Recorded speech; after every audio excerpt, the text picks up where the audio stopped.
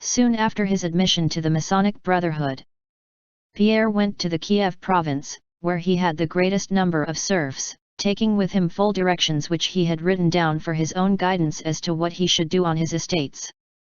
When he reached Kiev, he sent for all his stewards to the head office and explained to them his intentions and wishes.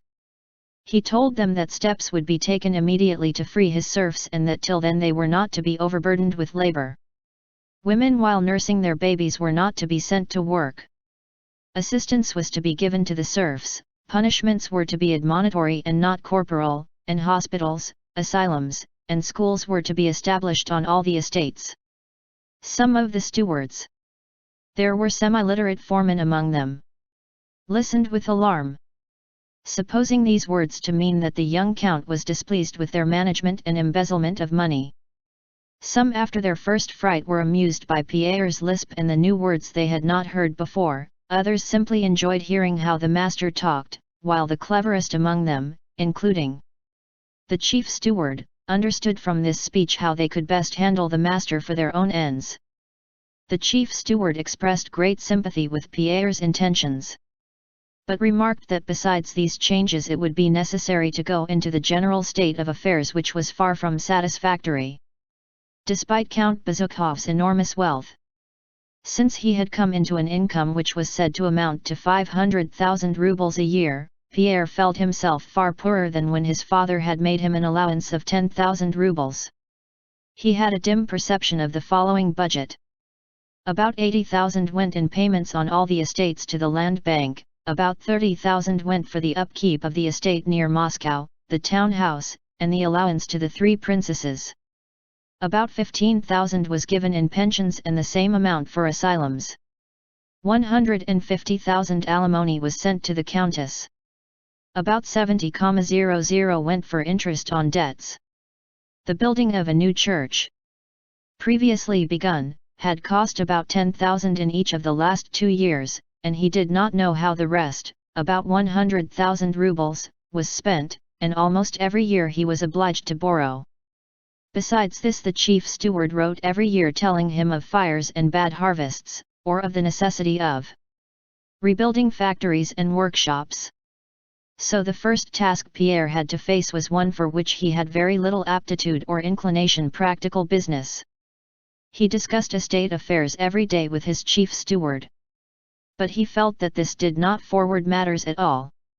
He felt that these consultations were detached from real affairs and did not link up with them or make them move.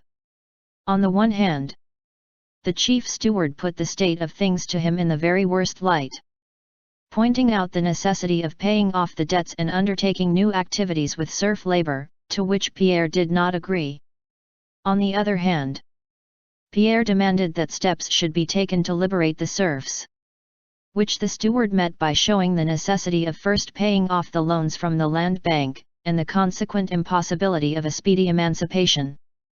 The steward did not say it was quite impossible, but suggested selling the forests in the province of Kostroma, the land lower down the river, and the Crimean estate, in order to make it possible.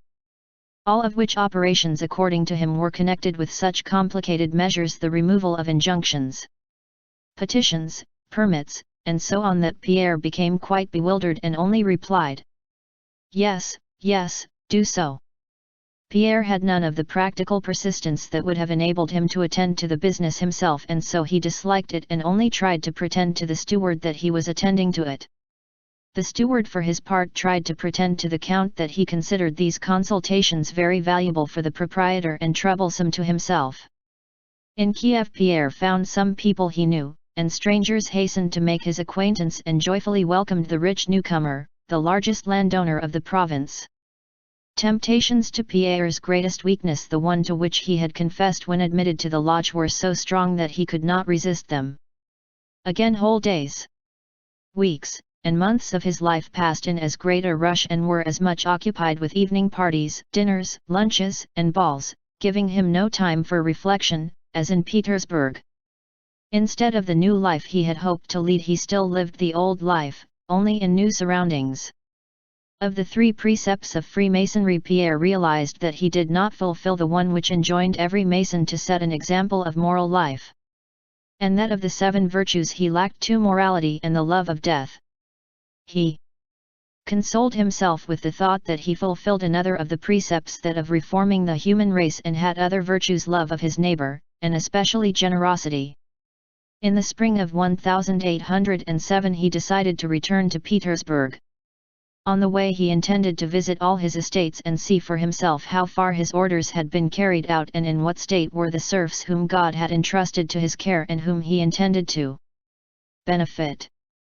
The chief steward, who considered the young count's attempts almost insane, unprofitable to himself, to the count, and to the serfs, made some concessions. Continuing to represent the liberation of the serfs as impracticable, he arranged for the erection of large buildings, schools, hospitals, and asylums on all the estates before the master arrived. Everywhere preparations were made, not for ceremonious welcomes, which he knew Pierre would not like, but for just such gratefully religious ones, with offerings of icons and the bread and salt of hospitality, as, according to his understanding of his master, would touch and delude him. The southern spring, the comfortable rapid travelling in a Vienna carriage, and the solitude of the road, all had a gladdening effect on Pierre. The estates he had not before visited were each more picturesque than the other. The serfs everywhere seemed thriving and touchingly grateful for the benefits conferred on them. Everywhere were receptions, which, though they embarrassed Pierre, awakened a joyful feeling in the depth of his heart. In one place the peasants presented him with bread and salt and an icon of Saint Peter and Saint Paul, asking permission, as a mark of their gratitude for the benefits he had conferred on them, to build a new chantry to the church at their own expense in honor of Peter and Paul, his patron saints. In another place the women with infants in arms met him to thank him for releasing them from hard work. On a third estate the priest, bearing a cross, came to meet him surrounded by children whom, by the count's generosity, he was instructing in reading, writing, and religion. On all his estates Pierre saw with his own eyes brick buildings erected or in course of erection, all on one plan, 4 hospitals, schools, and almshouses, which were soon to be opened. Everywhere he saw the stewards' accounts, according to which the serfs' manorial labor had been diminished, and heard the touching thanks of deputations of serfs in their full-skirted blue coats. What Pierre did not know was that the place where they presented him with bread and salt and wished to build a chantry in honor of Peter and Paul was a market village where a fair was held on St. Peter's Day, and that the richest peasants, who formed the deputation, had begun the chantry long before, but that 9/10 of the peasants in that villages were in a state of the greatest poverty. He did not know that since the nursing mothers were no longer sent to work on his land, they did still harder work on their own land. He did not know that the priest who met him with the cross oppressed the peasants by his exactions, and that the pupils' parents wept at having to let him take their children and secured their release by heavy payments. He did not know that the brick buildings, built to plan, were being built by serfs whose manorial labor was thus increased, though lessened on paper. He did not know that where the steward had shown him in the accounts that the serfs' payments had been diminished by a third, their obligatory manorial work had been increased by a half.